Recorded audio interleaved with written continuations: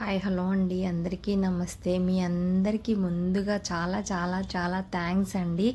ఎందుకంటే ఉగాది ముందు రోజు నైటే నాకు 50,000 మంది సబ్స్క్రైబర్స్ వచ్చారు. చాలా హ్యాపీ అనిపించింది. ఇంకోటి ఏంటంటే ఉగాది రోజు నా బర్త్డే, మ్యారేజ్ డే కూడా ఈ ఇయర్ ఉగాది రోజే వచ్చింది. అది ఒక హ్యాపీ. ఇంకోటి ఏంటంటే అన్నపూర్ణాదేవి అమ్మవారిని నేను ఎప్పటి నుంచో పెట్టుకోవాలనుకుంటున్నాను. అలా అలా అయిపోయింది. అది కూడా ఉగాది రోజు పెట్టుకోవడం కుదిరింది. ఎలా అంటే ఎక్కడ దొరకలేదండి. గొడవ చేసి మరీ 1 వెళ్ళి తెచ్చుకున్నాను. అమ్మవారు చూడండి ఎంత బాగున్నారో.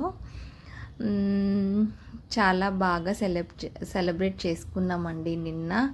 నిజంగా నిజంగా నిజంగా చెప్తున్నాను, మీ అందరికీ చాలా చాలా చాలా థ్యాంక్స్ అండి. చాలా హ్యాపీగా అనిపించింది. ఎందుకంటే ఉగాది రోజే నా మ్యారేజ్ డే, బర్త్డే రావడం, 50,000 మంది సబ్స్క్రైబర్స్ అవ్వడం, ఇదంతా ఎంత హ్యాపీనో. ఇంతకీ నా పూజ ఎలా ఉంది, బాగుందా?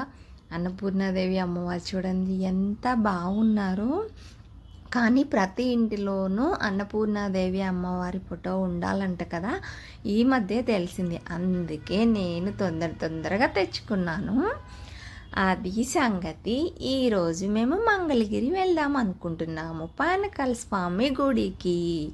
నిన్న వెళ్ళడం కుదరలేదు, అందుకని ఈరోజు వెళ్దాం అనుకుంటున్నాము.